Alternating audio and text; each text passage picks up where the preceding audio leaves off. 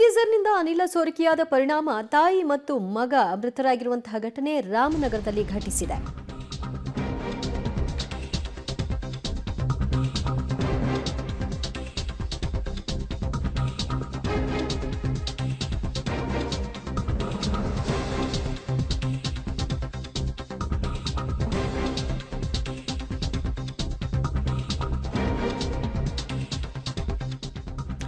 Gas ಗೀಸರ್ನಿಂದ ಅನಿಲ ಸೋರಿಕೆಯಾದ ಪರಿಣಾಮ ತಾಯಿ ಮತ್ತು ಮಗ ಇಬ್ಬರೂ ಕೂಡ ಮೃತರಾಗಿದ್ದಾರೆ. ಇದು ರಾಮನಗರ ಜಿಲ್ಲೆಯ ಮಾಗಡಿ ಪಟ್ಟಣದ ಜ್ಯೋತಿ ನಗರದಲ್ಲಿ ಸಂಭವಿಸಿರುವಂತಹ ಘಟನೆ.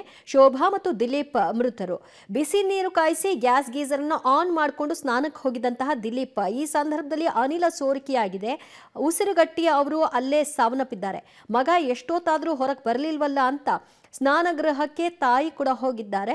ಆಗ ತಾಯಿಯೂ ಕೂಡ ಉಸಿರುಗಟ್ಟಿ ಸಾವನ್ನಪ್ಪಿರುವಂತಹ ವರದಿಯಾಗ್ತಾ ಇದೆ. ಮಗನನ್ನ ನೋಡಲು ಸ್ನಾನಗೃಹಕ್ಕೆ ಹೋಗಿದ್ದಂತಹ ತಾಯಿ ಕೂಡ ಶೋಭಾ ಅವರು ಮೃತರಾಗಿದ್ದಾರೆ. ಶೋಭಾ ಅಂದ್ಬಿಟ್ಟು ಅಮ್ಮನ ಹೆಸರು, ಮಗ ದಿಲೀಪ್ ಅಂತ 16 ವರ್ಷ ಹುಡುಗ. ಆ ಶೋಭಾಗೆ 37 ವರ್ಷ 38 ವರ್ಷ ಇರ್ಬೋದು. ಬಡತನದ ಕುಟುಂಬದವರೇ, ಸ್ವಂತಿಕೆಯಿಂದ ಕೆಲಸಗಳು ಮಾಡ್ಕೊಂಡು ಜೀವನ ಮಾಡ್ತಾಯಿದ್ರು. ಏನೋ ಒಂದು ಮನೆಯಲ್ಲಿ ಸ್ನಾನ ಮಾಡೋಂಥ ಸಂದರ್ಭದೊಳಗೆ ಏನೋ ಗ್ಯಾಸ್ ಗೀಸರ್ನ ಆನ್ ಮಾಡ್ಕೊಂಡು ಕೆಲಸ ಮಾಡ್ತಾ ಇದ್ದಾರೆ. ಆ ಮನೆಯೊಳಗೆ ಒಂದು ದುರದೃಷ್ಟಕರ ಅಂದರೆ ಯಾವುದೇ ರೀತಿಯ ಗಾಳಿ ಆಚೆ ಹೋಗೋಕ್ಕೆ ಅವಕಾಶ ಇಲ್ಲ. ಹಾಗಾಗಿ ಮಗ ಸ್ನಾನ ಮಾಡ್ಕೊಡೋಕೆ ಹೋಗಿದ್ದಾನೆ. ಆ ಟೈಮಲ್ಲಿ ಗ್ಯಾಸು ಎಕ್ಸ್ಪ್ಲೋಡ್ ಇದಾಗಿ ಗ್ಯಾಸ್ ಒಂದು ಲೀಕ್ ಆಗಿ ಮಗ ಎಕ್ಸ್ಪೈರ್ ಆಗಿಬಿಟ್ಟಿದ್ದಾನೆ. ಎಲ್ಲ ಬರಲಿಲ್ಲ ಅಂತ ತಾಯಿ ಮತ್ತೆ ಬಾತ್ರೂಮ್ಗೆ ಹೋಗಿದ್ದಾಗ ಅವ್ಳಿಗೂ ಉಸಿರಾಟದ ಪ್ರಾಬ್ಲಮ್ ಆಗಿ ಅವಳು ಅಲ್ಲೇ ಎಕ್ಸ್ಪೈರ್ ಆಗಿದ್ದಾಳೆ. ಮತ್ತಷ್ಟು ಮಾಹಿತಿ ಪಡೆಯೋಣ ನಮ್ಮ ಪ್ರತಿನಿಧಿ ವಿನಯರಿಂದ. ವಿನಯ್, ಗ್ಯಾಸ್ ಗೀಸರ್ ಎಷ್ಟು ಡೇಂಜರಸ್ ಅನ್ನೋದಕ್ಕೆ ಈ ಘಟನೆಯೇ ಸಾಕ್ಷಿಯಾಗಿದೆ. ಇಬ್ಬರು ಕೂಡ ಮೃತರಾಗಿದ್ದಾರೆ. ಅಂದ್ರೆ ತಾಯಿ ಡೋರ್ ಓಪನ್ ಮಾಡಿದ ಮೇಲೆ ಅವ್ರಿಗೂ ಕೂಡ ಈ ಎಫೆಕ್ಟ್ ಹೇಗಾಗಿರಬಹುದು? ಖಂಡಿತವಾಗ್ಲೂ ದಿವ್ಯ, ಯಾಕಂದ್ರೆ ಬಿಸಿನೀರು ಕಾಯಿಸುವಂತ ಗೀಸರ್ ಏನೇ ಇದರಲ್ಲಿ ವಿಷಕಾರಿಯಾದಂತ ಕಾರ್ಬನ್ ಮೊನಾಕ್ಸೈಡ್ ಎಂಬ ಒಂದು ವಿಷಾನಿಲ ಇರುವಂತದ್ದು.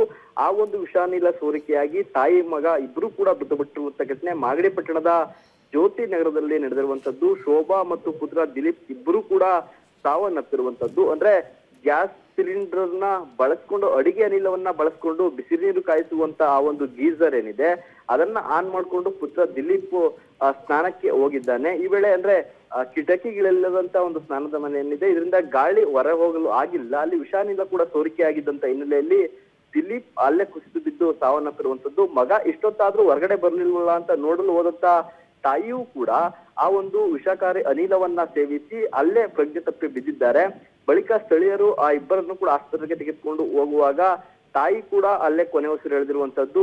ಈ ಸಂಬಂಧ ಮಾಗಡಿ ಪೊಲೀಸ್ ಠಾಣೆಯಲ್ಲಿ ಪ್ರಕರಣ ಕೂಡ ದಾಖಲಾಗಿರುವಂತದ್ದು. ಇಬ್ಬರ ಮೃತದೇಹವನ್ನು ಕೂಡ ಮರಣೋತ್ತರ ಪರೀಕ್ಷೆಗೂ ಕೂಡ ಕಳಿಸಲಾಗಿರುವಂತದ್ದು. ಅಂದ್ರೆ ಅಡಿಗೆ ಅನಿಲವನ್ನ ಬಳಸ್ಕೊಂಡು ಬಿಸಿನೀರು ಕಾಯಿಸುವಂತ ಒಂದು ಗೀಸರ್ ಏನಿದೆ ಇದ್ರ ಬಗ್ಗೆ ಸಾಕಷ್ಟು ಮುಂಜಾಗ್ರತಾ ಕ್ರಮವನ್ನು ಕೂಡ ವಹಿಸ್ಕೊಳ್ಬೇಕಾಗುತ್ತೆ. ಅಂದ್ರೆ ಕಿಟಕಿಗಳನ್ನ ತೆರೆದು ಗಾಳಿ ಆಡುವಂತ ಒಂದು ಪ್ರದೇಶದಲ್ಲಿ ಆ ಒಂದು ಗೀಸರ್ ಅನ್ನ ಇಟ್ಕೊಳ್ಬೇಕಾಗುತ್ತೆ. ಇಲ್ಲ ಅಂದ್ರೆ ಇಂತಹ ದುರಂತ ತಪ್ಪಿದ್ದಲ್ಲ ಅನ್ನೋದು ಕೂಡ ಇದರಿಂದ ಗೊತ್ತಾಗ್ತಾ ಇರುವಂತದ್ದು. ದಿವ್ಯಾ, ಥ್ಯಾಂಕ್ ಯು ವಿನಯ್ ನಿಮ್ಮೆಲ್ಲ ಮಾಹಿತಿಗೆ.